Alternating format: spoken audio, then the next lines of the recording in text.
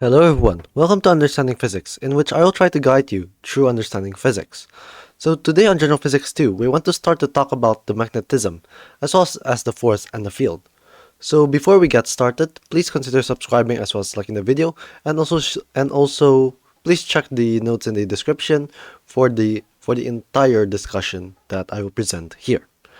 So before we get started with the formulas, we first need to understand what exactly is magnetism. So the way that I will define magnetism is it is a it is formed by moving charge, and also it also affects moving charge and affects moving charge. So this tells you something, is that if you actually have a moving charge in the magnetic field, the moving charge will move in a different direction. And same thing is true if you have a moving charge, it will have a magnetic field. So that's the idea of magnetism. And so this understanding is not really that clear when you're dealing with real world experiments straight away. But if you do such things, you could actually observe certain kind of relation between a moving charge as well as its force.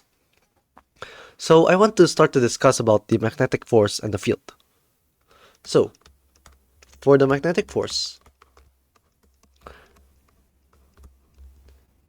it is defined to be, force will be QV cross B. So this B here is something which we will call as the magnetic field. And so, by the way, these two are vector magnetic field.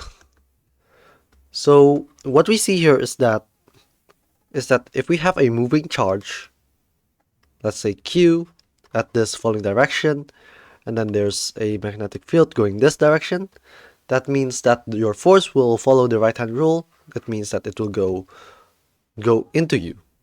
So yeah, in here I will actually write two different notation. No, sorry, I will be introducing a notation to describe a moving charge going into the screen and out of the screen. So this is out of the screen, and this is in. So the way that you could actually memorize this is that if you have an arrow, you would have the point as well as the feathers.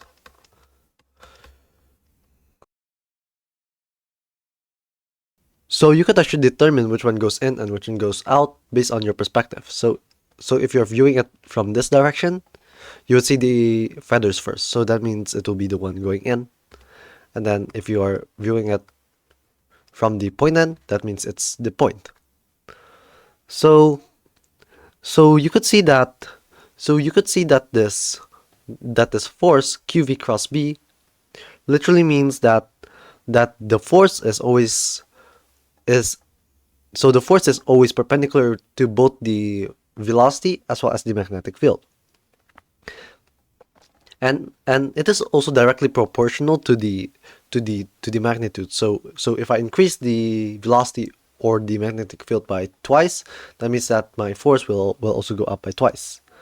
And same thing is true with the charge. And then also if you have the direction of both the velocity as well as the magnetic field in the same direction, it means that the object won't feel any force. So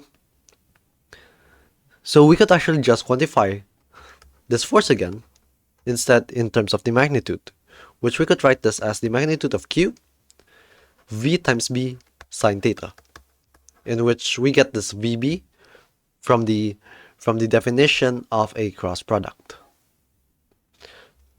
So maybe you might be questioning what exactly is the unit for the magnetic field.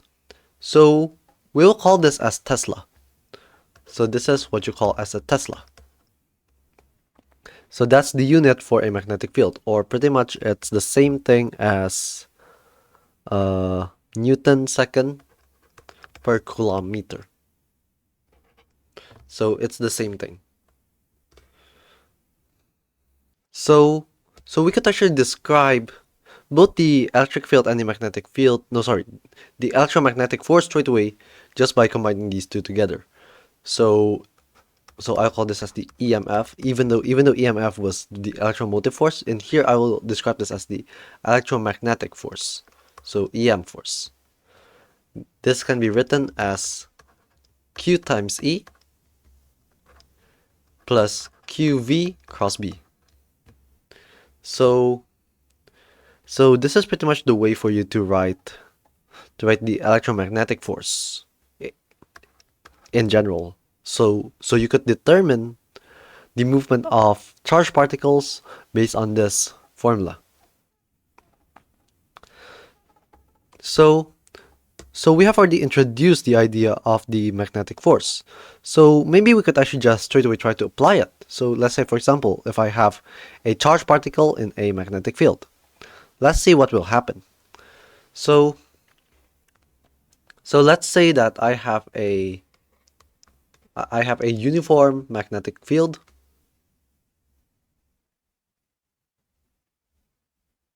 going out of the screen, and then I have, let's say, some form of a velocity. So based on the right hand rule, you can determine where the force is going to be. So taking your right hand rule, so the V will be your index, the B will be your middle finger. If this is positive Q,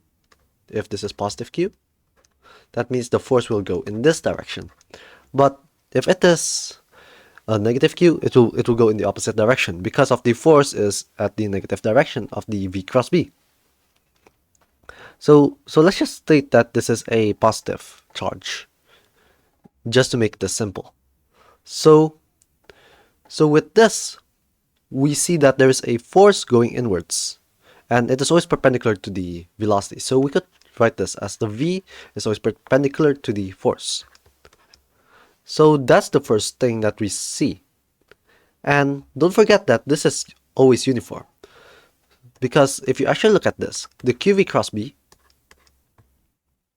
the B is constant. So okay, this is constant. And then what about the V? The V, if you actually think about it, there is no acceleration in the velocity because the force is perpendicular to the velocity. So there won't be any buildup of the magnitude of the velocity, but the direction will change. So we could state that this is constant as well, but the direction will be different. So if you remember from General Physics 1, we have found that if you have a constant acceleration but going in a different direction, as well as the velocity is perpendicular to the acceleration or even the force in this case, we are able to obtain that the A vector was V squared over R. So just by plugging this in, we could just form a formulation such that this is mv squared over R equals to qv times B, in which I don't put in the cross because in here it is all 90 degrees. So simplifying this, we are able to obtain that the radius would be mv over qb. So this is something interesting to know, is that if you have a electron in which you know what the mass is, and then you might know what the velocity is when you shoot it from a certain particle accelerator, and then you know the charge of an electron, you could actually figure out what's the magnetic field. If you actually apply a certain magnetic field and it forms a circle, you could figure that out. Or maybe you could even try to measure the electron's mass by only knowing its velocity, magnetic field, charge, as well as the radius of the radius of spinning. So yeah, this is like pretty much how far it is spinning. So yeah, it could be something like this. And so in here the force is positive, so that means it is doing something like this. So the particle is spinning in a clockwise direction. So remembering back from the time when we did periodic motion, we know that a certain quantity, which we call as period, is 2 pi r over v. So this is pretty much how much time does it take for a certain particle with a certain velocity to travel around this circumference. So this can be written down into 2 pi m over qb. And so with this we could actually write what the frequency is. What is the frequency of this spin? So it's 1 over t, which is qb over 2 pi m. And this is what we call as a cyclotron frequency. So with this, we could actually try to determine what's the ratio between the charge as well as the mass by only knowing its magnetic field as well as the frequency. And so if you actually later state a q to be a certain value, you could figure out what the m is, and vice versa. So this is only when the particle is moving in a uniform magnetic field. But what if it is not moving in the same direction? No, sorry. What if the magnetic field is not uniform, but it's not changing? Well, the way for you to actually describe this is by actually observing it as some form of like a bead. So maybe you might have already made some necklaces, for example. If you have this bead, and then you put it into one of these lines, the bead will follow the line, and that pretty much is how charged particle moves in a non-changing magnetic field. So it's gonna be circling around. So it's like torpedoing in the same direction as the magnetic field, but it's spinning. So this idea comes from our model of having a uniform magnetic field and then finding its frequency. It all comes down from that idea.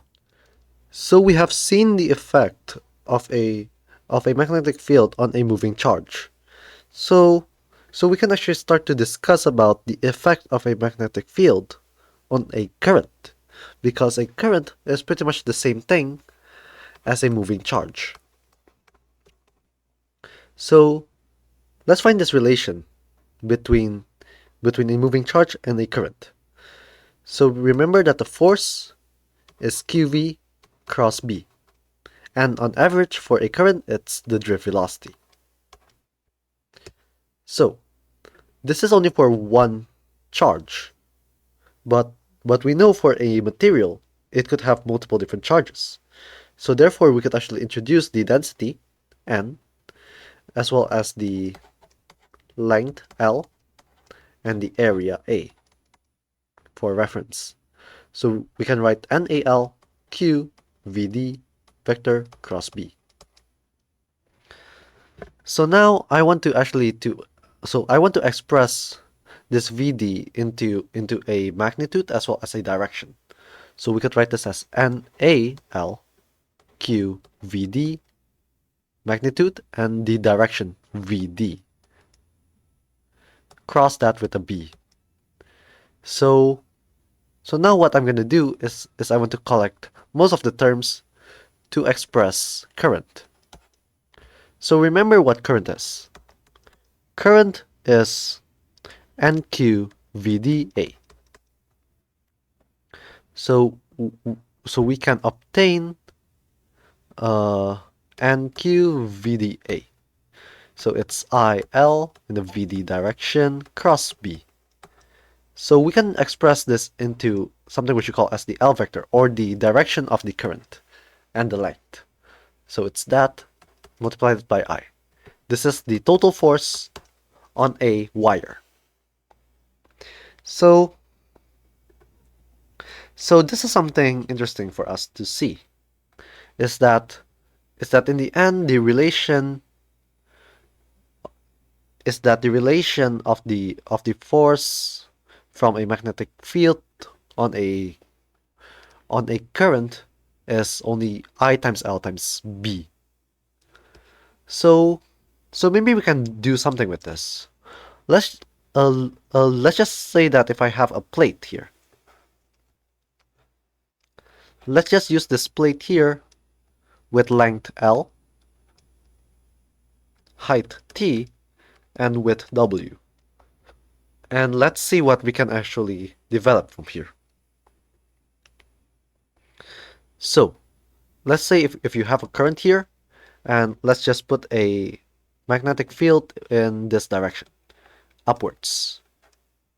And let's figure out what's the force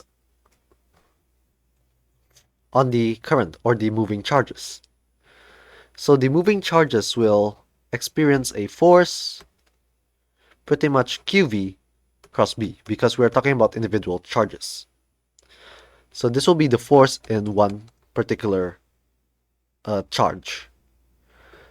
So the V will be in the direction of the current, and then if you cross product that with the B, you would get a force within this direction, which means that there is positive charge within this direction and there's negative charge within the other.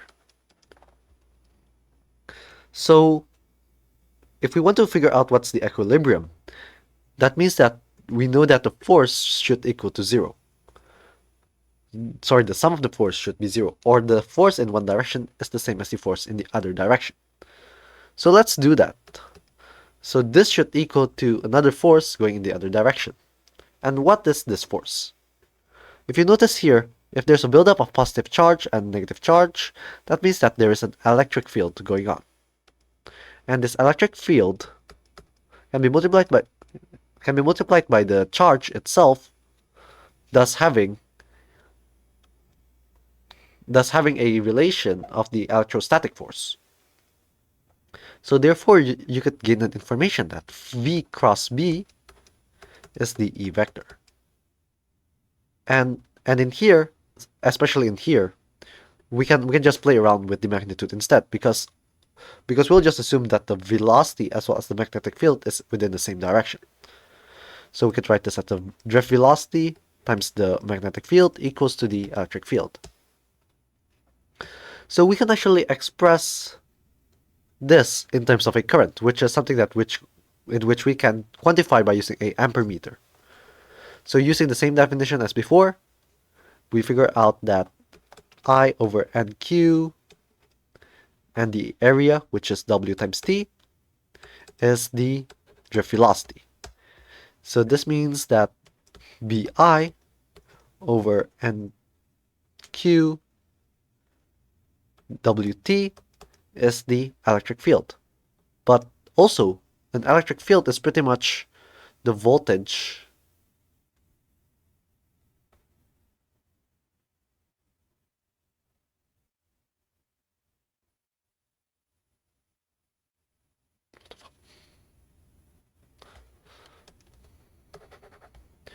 the electric field is pretty much just the voltage over the distance. So if we express this, the distance here is pretty much the width. So we could just express this to be V over width. So we can cross out this width, thus obtaining the V here to be BI over NQT. So this is what you call as the Hall effect. And especially in here, this V here, or sometimes denoted as VH, is the Hall potential. So we see that there's a relation with the magnetic field as well as the current and also its thickness. But also we have this 1 over nq, and this is what you call as the Hall coefficient. So with this Hall coefficient, you could actually determine what's the density of the free electrons within a certain material. So you could define what the free electron is, and thus you could compute its theoretical resistivity. So we have finally discussed about the effects of a magnetic field on a moving charge or something that's moving like current. So now we want to talk about where does the magnetic field come from. So so the way that you could actually grasp this concept is that if a magnetic field will change the movement of a moving charge, you could think that the moving charge could also cause another magnetic field, thus creating some form of a interaction between each of the magnetic fields. And this is actually true. So there is a law which we call as the Biot-Savart Law. Biot-Savart pretty much tells you what is the effect of a current towards its magnetic field. So here are some observations that you could gain from a current as well as its magnetic field. So first,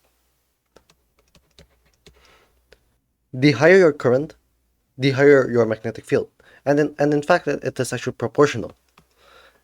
The second is that the direction is perpendicular to both the direction of the current as well as the position of your point. So if I say the current is going in this way, and then I have this point, it will be always perpendicular to both this guy as well as this guy. So that means that it will go in this direction.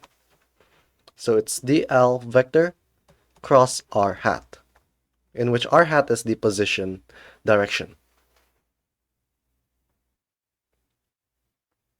Thirdly, if you put the particle further away, it will behave as a r squared behavior. So this is pretty much our interaction between the magnetic field as well as the current and its position.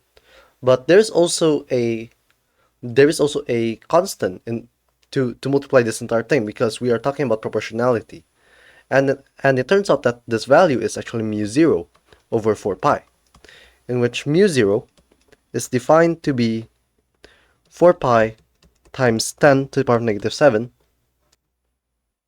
newtons per ampere squared. So this is a differential form of the Biot-Savart law. So we can just rewrite this down into a integrated form. So the B vector is mu0 over 4 pi with the integral of I dl vector cross r hat over r squared. And this is the Biot-Savart law. So let's actually do a example as well as its relation for our application. So we will have two wires. No, before that we will just start with one wire, and let's say it has a current I, and the question is, what is the magnetic field within a point within a distance in which we will call this as r. So the notation might be a little bit confusing later on, but I will try to explain all of the variables that I'll be using. So in here we got the x, y, z coordinate system, and let's just actually put this guy at the top, just to make it much more easy. And we will refer to this point as 0, and this y goes from -infinity to infinity, and it is pretty much symmetric. So if we actually try to do the integral, we should first try to determine what are the values. So this will be mu0 over 4 pi, obviously. The current will be the same, so we can just remove the current out of the way. And so we will have this dl vector cross r hat over r squared. So dl vector corresponds to the direction of your current, in which in here it goes in the x hat direction, and then the small length is the dx. And this is cross product that with the r hat. So r hat is the position vector, no, sorry, it's the position direction.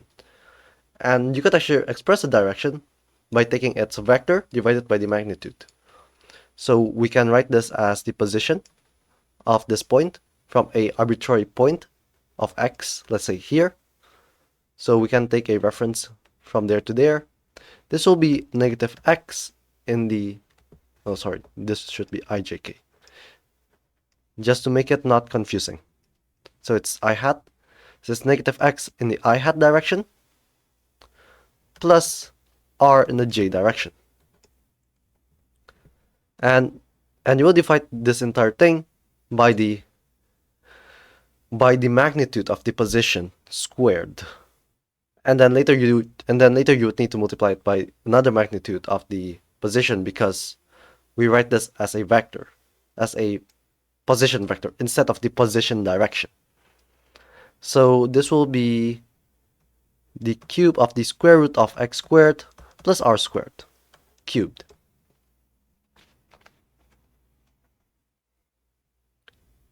Now, for the boundaries, it goes from negative infinity to infinity because we are taking our variable, our independent variable, to be x. So we would get mu 0 I over 4 pi, and then we should try to solve this cross product first, just to make our lives much more simpler. I hat cross I hat will result to 0, but I hat cross j hat will result into k hat. So we see r dx over the square root of x squared plus r squared cubed in the k hat direction. So also the r here could be brought out because r doesn't really depend on the x.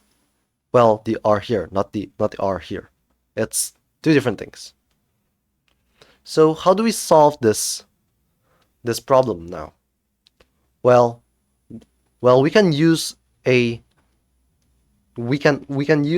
property within mathematics which we call as U substitution, or a trig substitution basically.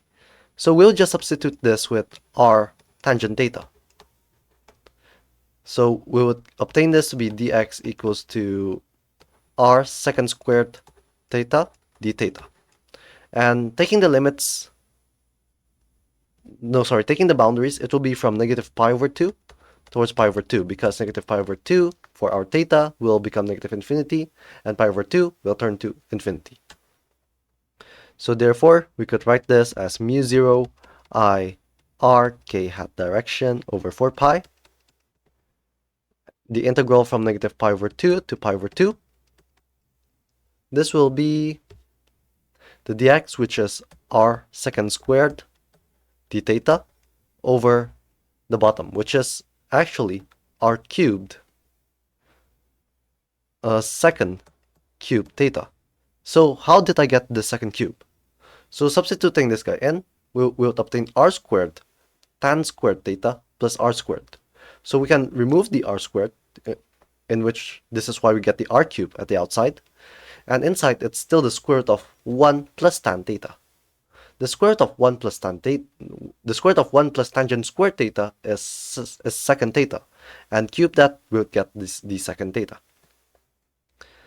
So this will be mu 0 I r, no, we will just combine them all together.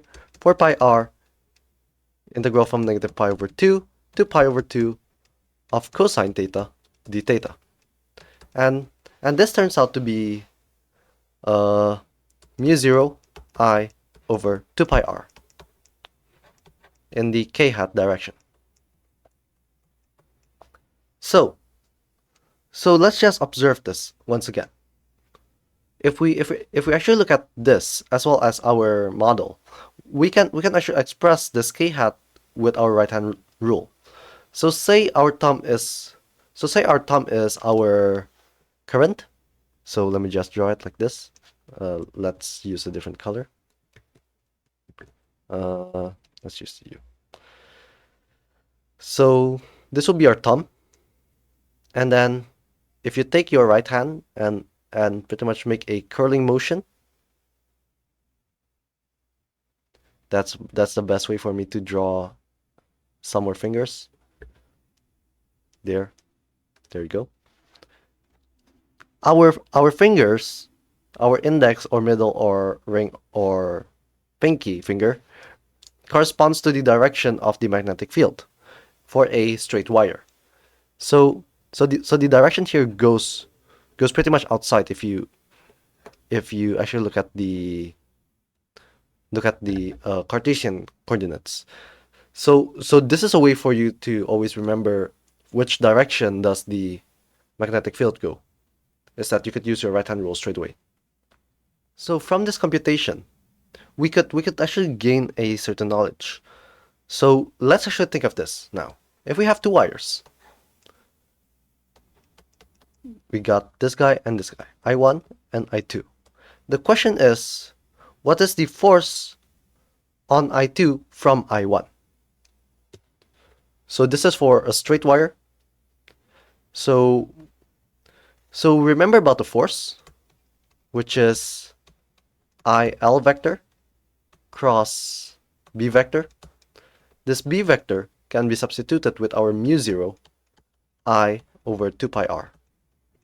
Or in here, I will call this as A. So we got A, and this is I1.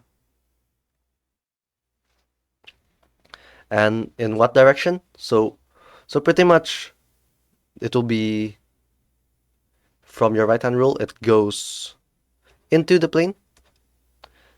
That means that if you actually do the right hand rule again in here, the force will go inwards. So you could actually do the analysis of the position by using vector algebra. But in here, I will just use a graphical representation because it's much more easy for you to see it that way. So there's a force that is gonna try to make the wires attract. So it's mu0 I1 I2 by the length, divide that by 2 pi a, or the distance.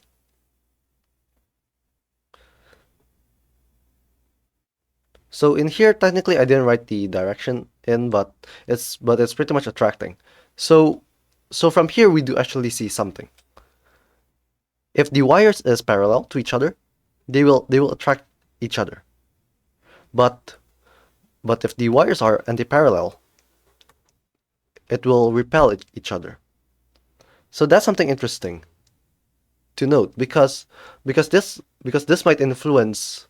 For example, if you have two dangling wires and then you say you put in lots of current into it, it could attract each other or repel each other, thus maybe even doing something weird to the point where there's short circuits or maybe even some damage on the wire. So this is why we actually study about the magnetic force, even though we're dealing with electricity. So that's one example of us using the Biot law. Well, we still have another law for Biot. Sorry, another example. So let's just have this.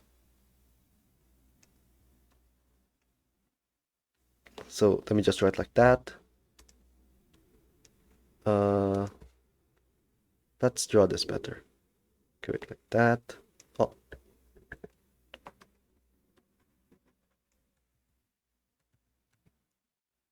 Okay. So we can draw this like this. So in here, I tried to sketch a little bit about the current within a ring, and it will cause a magnetic field in this direction. So an easy way to check this is by actually using your right hand rule again. You put your thumb in the current, and then you see that the magnetic field will go in this direction. but we don't know what the value is. So we want to try to compute this. So let's do it straight away. So we will use ijk again for our coordinate system. And let's say from here to here it's a, and then from here to here we call that as x. So from Savart we can get mu0 over 4 pi with the integral of di times the dl. So what's the dl in here? So I will just draw this circle in which you have current here, and let's state that this to this is theta. So if you try to zoom this in, the length from here to here is something which we'll call as dl. This is d theta. So what's the length in terms of d theta? It's actually okay, so it's a times the d theta, because it's technically sine d theta, but because you're taking small thetas, you could approximate it to be d theta. So it's a d theta times the position, which is, oh sorry, so this thing should be in the theta hat direction. So it's going in the direction of the theta depending on your r. So this is a cylindrical system, by the way. And then you take the position of this point. So that's gonna be I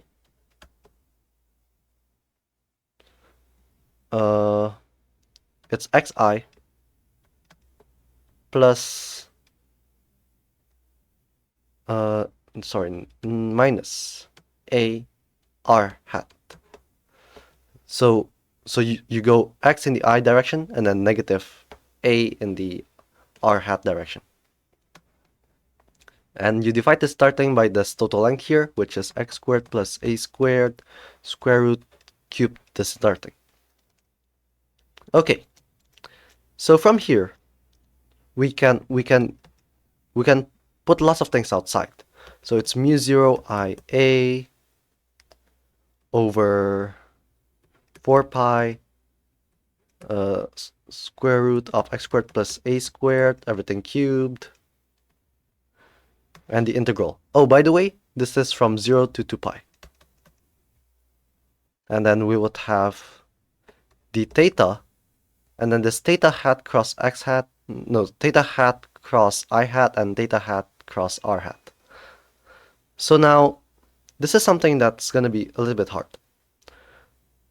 Well, we know what the value is for theta hat cross I hat. It's going to be the r hat direction. So we could express this first. And then the other one, theta hat cross r hat, will be the negative of negative I hat. So this will be a I hat. So it's something like this. So from here, we do see something. First is that this r hat literally depends on our theta, right? But I hat doesn't really depend. So we can technically separate this into two. One of them is the summation on the r hat, and then the other, the summation in the I hat. So we could actually split this into mu0 ia over 4 pi squared x squared plus a squared, everything cubed, 0 to 2 pi.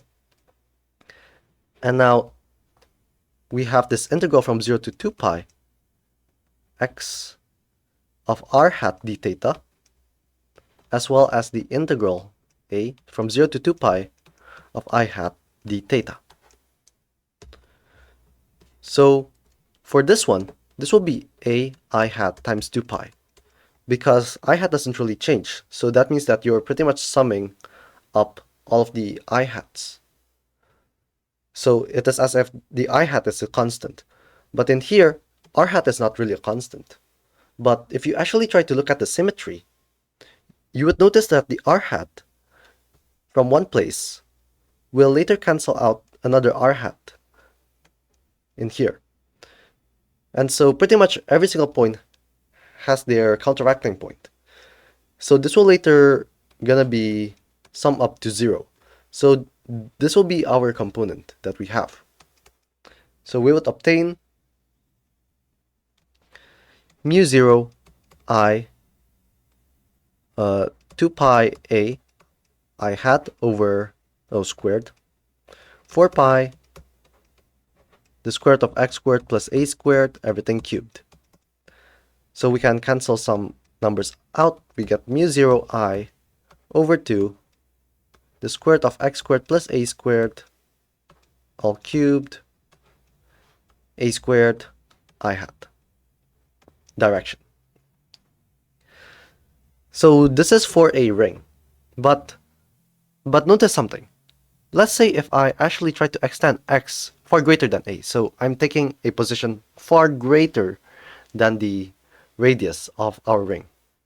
It turns out that this value will later be mu 0 I a squared I hat over 2x cubed. This x cubed here represents something. If you remember from taking the evaluation of an electric dipole, it also has this relation of a cubic. And this is the same thing. This represents a dipole. So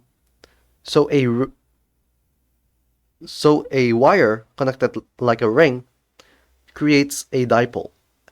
And in fact, we could actually generalize this. So let's just see this. This is mu 0 I pi a squared divided by 2 pi x cubed. So this is area. So we'll just call this as mu 0 I a over 2 pi x cubed. So from here, let's just actually group this into one value, which you call as mu. This will be mu 0 times mu over 2 pi x cubed. So this is pretty much a general representation of a magnetic dipole. So what's mu? Mu here is something which we'll call as the magnetic dipole moment.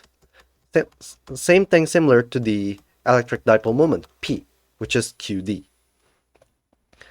But technically, the one that I have written here isn't the whole answer. Technically, mu is actually a vector. Its mu vector is pretty much ni a vector. So how do you define a vector of an area? So the way that you would actually describe the vector of an area is by actually, let's say for example for a circular component, you would have a current I. So the vector would be, if you take your right hand and then use it as like a current, you would see that in general it will be pointing outwards, and this is your A vector. So if it goes in the other way around, it will go towards the screen. So this is the way for you to describe the magnetic dipole moment as the vector itself.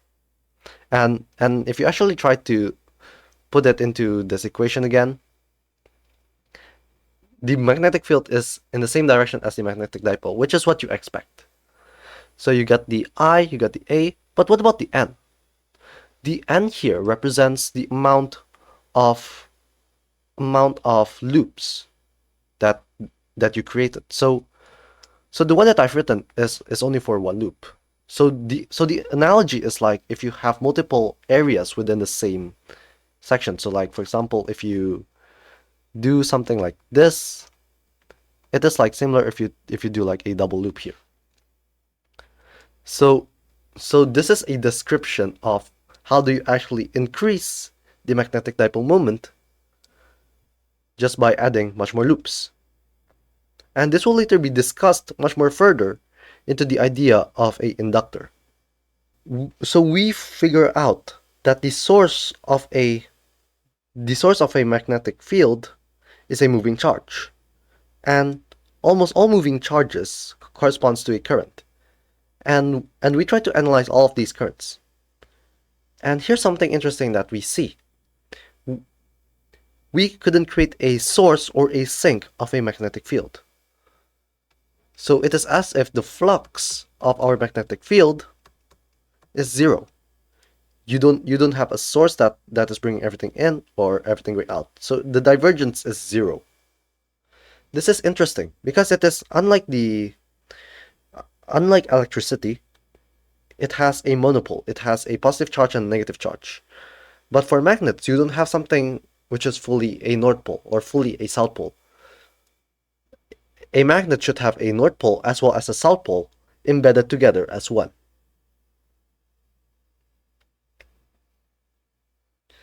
So this is what makes magnetism so unique compared that to electricity. It is because we couldn't really find a magnetic monopole, and if you do, this will break the entire physics to the point that you would rewrite the Maxwell's equation. So now let's talk a little bit about the torque on a magnetic dipole moment. So let's just take this example. If we have a magnetic field, and then we have this rectangular, so let's draw it like this. So we have a rectangular coil, and then we have some magnetic fields, like so. B. So can I draw this perfectly?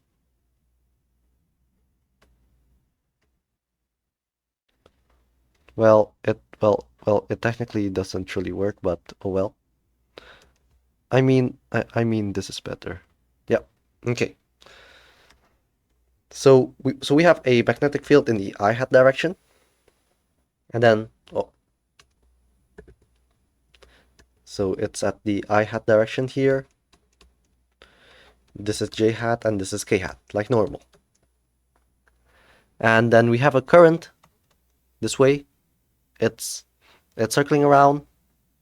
So that means if you actually take your right-hand rule, we do see that there is a magnetic dipole moment within this direction. And so I will describe the angle theta to be the angle from here to here. So the question is, what's the torque on this ring? Let's think about this thoroughly. So if I take a component, which I'll color in green. So if I take a component in here, this part here, and then we try to use our right-hand rule to determine where the force go. So remember what the force is? The force is IL cross B. So if we take the direction of the current, cross that with the magnetic field, we have a force going outwards, in this way, outwards. So this is in the K-hat direction. But if we check the one at the back, this part, and then we do the same right-hand rule, we would observe that the direction goes outside or negative. No, sorry, inside the screen or negative K-hat direction. So we see that these two forces cancel each other out. So when we try to sum up the torque, it pretty much cancels each other out. So there is no spinning in that direction. So, okay, that means that we don't really need to care about these two wires. So what about the top and the bottom wire? So let's color that in a red color. So this one and this one. Let's see what will happen. So the one at the top, if you take your right-hand rule in the direction and then towards the magnetic field, it will experience a force going upwards. And same thing for the one here. it goes downwards instead. So even though these two forces cancel each other out, but in terms of the torque, they are positioned slightly at a different position, in which there's a torque going on. So let's just actually take a pivot. So let the pivot be somewhere in the middle, and let's call this to be T, and then the value in here to here is L. So the total length, it's L. So let's try to write the torque, which is R cross F. So the torque is L over 2. Multiply that by the force, which is I times the length times the magnetic field. And technically the F here is pretty much the cross product. So we need to check the angles. But it turns out that the angles is 90 degrees. So it's totally fine. So it's technically L cross this guy vector within a certain direction, which is actually in the j hat direction because of our observation. And then we will do the same thing for the other one. So it's L vector over 2. Technically it's negative L vector over 2 because we'll define L vector to be this direction. And then we cross it with another ITB, but instead this is at the negative j hat direction. So what we observe here is that actually this is L vector cross ITB in the j hat direction. Now this is something. Let's actually try to look exactly at the vectors. So L is the one that's going into us at the top here. Oh, sorry. L vector is the one that's going in this direction. And the force is going in this direction. So we have defined something. This thing here is theta. So we could actually sketch a imaginary plane right over there, and also another one right over there. Okay, something like this. So what we see is that in here, this is theta. So we can sketch in here, this is also theta. And so that means this guy and this guy should be the same. So therefore, this guy and this guy here is theta, right? So this is our j vector, and this is our L vector. So if you remember the definition of the cross product, we can write this as ITBL, which is pretty much all of the lengths. Multiply that by a value, which is sine theta, the sine of the difference between the angles. And then after that, we could actually determine where the torque is going. So it's L cross the j, so that means it's going towards us. So it's at the k hat direction. So that's the direction of the torque. Now, this might look very messy, but it turns out that we could actually simplify this way more. So first, look at this. ITL. This looks like I times A. And let's actually define a vector. So it's pretty much in the same direction as the mu. So this will turn into mu hat. So it's mu hat times B vector. And then because this is actually mu times B, and it turns out that it's still within the same direction, so it's the same thing as the one that we observed. We do see the mu as well as the B, as well as the angle theta. So this is pretty much the cross product because it's the same thing. It's like IA times B sine theta in the k hat direction.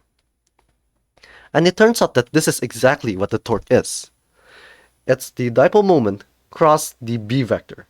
It's very similar to the electric dipole moment, in which you use the electric dipole moment, P vector, and then you cross that with the E vector to get your force. No, sorry, to get your torque. So apart from getting your torque, you could also get the potential energy. So the potential energy in here is the integral of the torque d theta. And we want to find where does this torque goes to zero, or pretty much where it is stabilized. So we'll check from pi over 2 to 0. And let's see. Well, technically, we'll just call from pi over 2 towards... you know what? Let's just say something like this. And let's just solve this straight away. So doing this integral, it's pretty much mu b sine theta again. And then k hat and the theta hat will, let's say, the vectors will cancel each other out, because it will later be a scalar anyways. So we got mu b sine theta. So if we try to do the integral, this will later be the negative mu b cosine theta. And let's just put theta to be 90 degrees. If theta is 90 degrees, this will be 0. So this means that if my circular wire or my rectangular wire is like this, so it's like it's perpendicular to the, no, sorry, let's actually make it okay. So instead, let's just actually check for 180 degrees. So we have something like this, and then we got the rectangular wire, but instead the mu goes in this direction. That means that the current goes in this direction. So it circles around like that. So this will be where it has the most potential energy. So it turns out that if we actually put it in, it's true, it's the maximum, it's mu b. That's the maximum potential energy. So this is very unstable, but if you try to flip it towards its opposite side, such that it aligns with the magnetic field, it will be mu b, which is much more stable. So therefore, we could actually write this again into negative mu vector dot b vector. It's the same thing. And this relation is the one that governs the stability of a magnetic material, in which if you actually apply a magnetic field towards a wire that's having a coil, it will try to align its magnetic dipole moment to the same direction as the magnetic field. So this is where I will try to jump into types of magnetic materials. So there are lots of these. So we have ferromagnetism, we have paramagnetism, and we have diamagnetism. So this is similar to diamagnetism as well. No, sorry. Dielectric as well as conductors. But in here we have much more variations. And why is that? So I will later try to discuss diamagnetism later on, because this involves something called the mutual inductance. So this is hard for me to explain currently. But for ferro and paramagnetism, it is easily described by the alignment of the magnetic dipole moment. So I want to give you a fact. Atoms, an atom has a nucleus as well as electrons around it, right? And these electrons are whizzing in a certain direction, or an orbit. And this orbit is pretty much a magnetic field. It's like a circular path. So therefore, there is some form of a magnetic dipole moment existing within an atom. And so if you put this atom into a magnetic field, it will try to align so that the potential energy goes to zero. No, for the potential energy to minimize. And this is how paramagnetism works. So if we have a magnetic field, we would have these small electrons or atoms pretty much trying to align with the magnetic field. So it could be the atoms that is directing itself, or maybe even the electrons, because technically electrons also have some form of spin. So this alignment stabilizes to create another magnetic field, and thus this will later going to be interacting, thus having the attraction force. So this is why, for example, oxygen can be captured with a magnet. So there is an experiment online that if you pour out liquid oxygen, it will later fuse. No, sorry, technically not fuse, but it is attracted to the magnets. Compare that with nitrogen, in which it will just fall off. And nitrogen is one form of a diamagnet. But I won't fully explain the details behind diamagnets now. So I've described about paramagnetism. What about ferromagnetism? Ferromagnetism works the same way as paramagnetism, but here's a difference.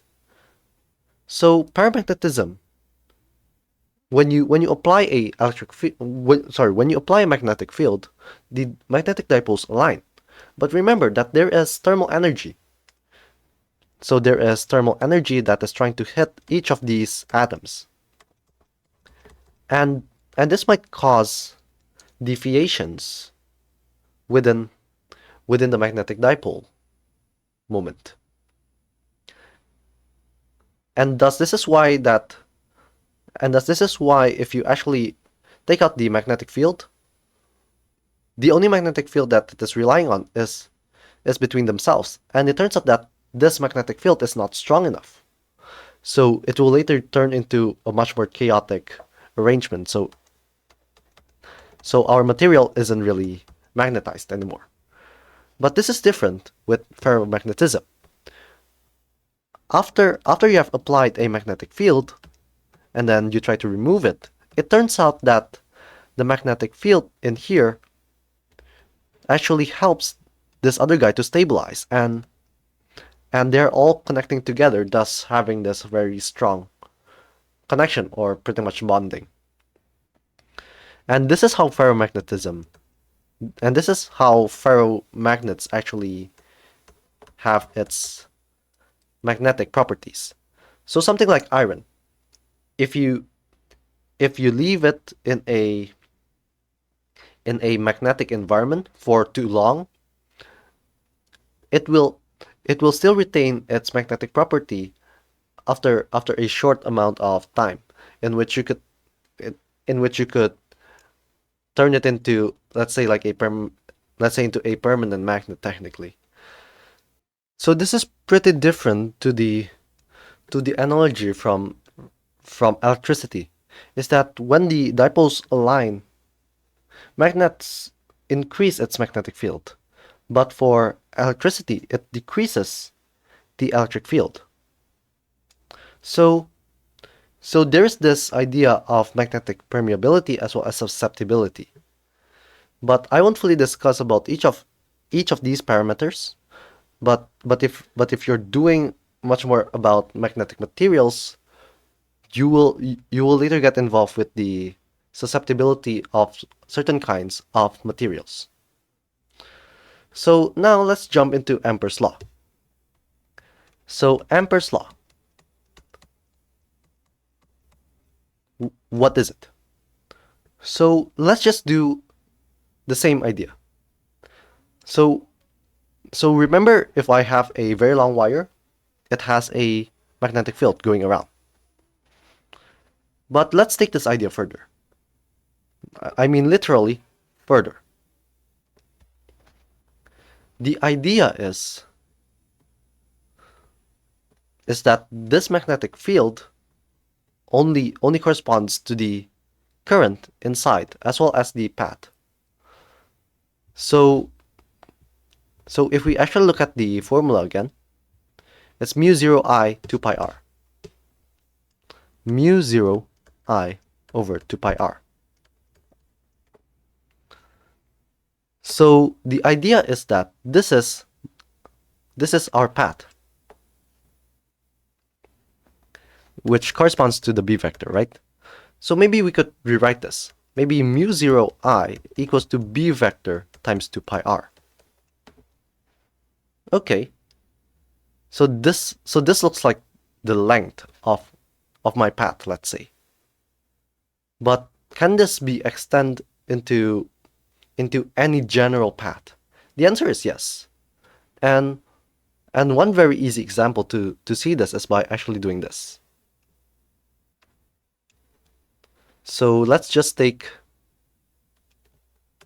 something like this path. So we have a giant circle going around, and then we have this small path here. There's like this indent. And it turns out that if you actually compute the sum of all of these magnetic fields in here, it is still proportional to the current that you have inside. So this can be expressed further into mu 0 I equals to the closed integral b vector dot dl vector. And this is what you call as Ampere's law. So the description is not fully explained by me about pretty much how vector calculus truly works, but this analogy actually brings a conclusion in your mind that pretty much Biot corresponds to Ampere's law, or maybe Ampere's law corresponds to Biot law. So maybe we can actually try to use the Ampere's law. So let's just do the very easy example. If we have this wire, and then I want to figure out what is the magnetic field here, we could just create a path like this, and try to figure out what's the magnetic field here. And only by using Ampere's law, we know that there's a current here, I. So that means that's mu 0 I equals to the b vector, and then, so pretty much the b vector is constant. That means that we'll just need to do the enclosed integral of the dl vector, which is pretty much the length of our path. So it's 2 pi r. So we figured out b is mu 0 I over 2 pi r, which is exactly what we expected, but we don't have the direction yet. Let's try to do another one. Let's say for a plate, it is having lots of current going through. Now the question is, what's the magnetic field outside? So this might seem a little bit challenging if you're doing it using Biot, but this is very doable if you are using Ampere's law. So let's just draw this path, for example. And let's say this plate goes to infinity. The path that is going, so let's just take a path clockwise, like that. So this will follow our right-hand rule. So what's mu 0 I? So it's the I enclosed. So if you already have the current density, you could figure out how many currents is inside of it. This should equal to b times the length of this guy and the length of this guy.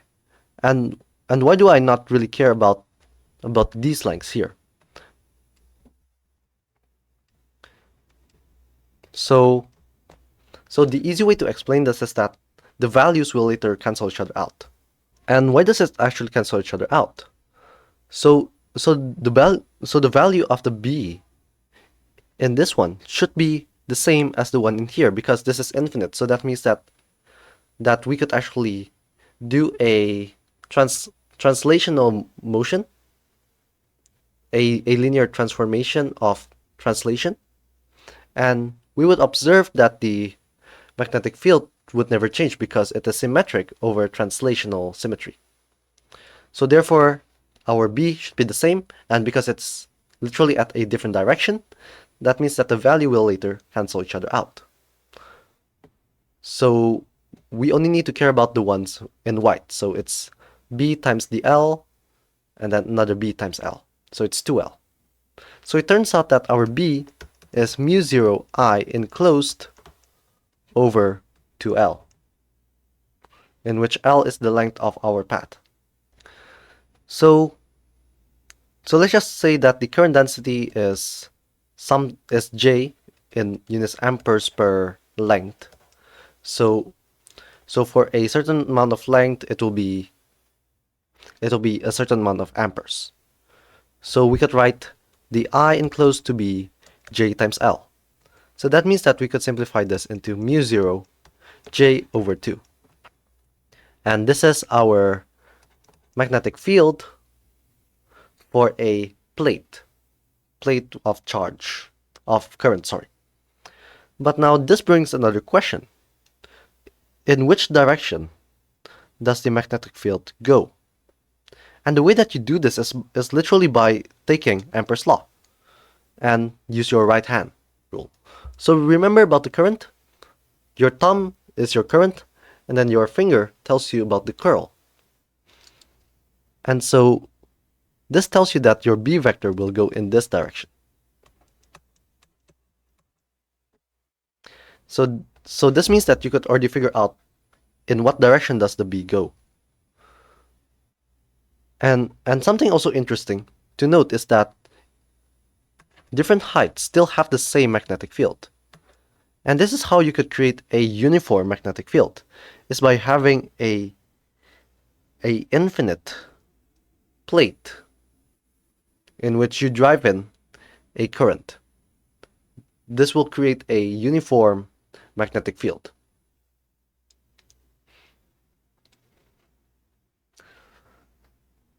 So we see from different symmetries, we see a magnetic dipole in which it has dependence of R cubed. This is dipoles, or pretty much something like this, the way that I draw it. We got 1 over R, which is line symmetry, like wires.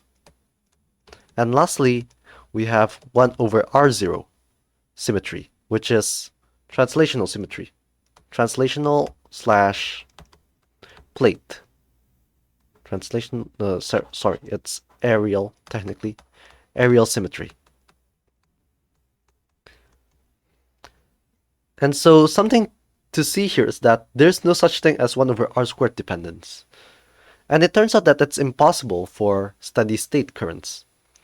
So if you know about the dependence of the magnetic field with respect to your source and the distance, you could pretty much guess what's the symmetry of the source. Now I want to talk much more about solenoids. So what's a solenoid exactly? So a solenoid is pretty much a loop of wire, like that.